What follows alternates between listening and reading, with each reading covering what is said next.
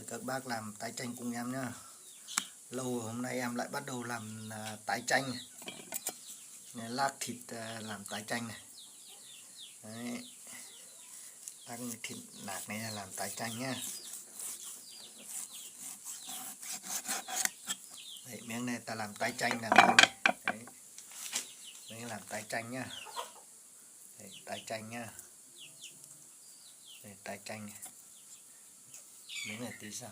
Tái chanh gồm có này, sả này,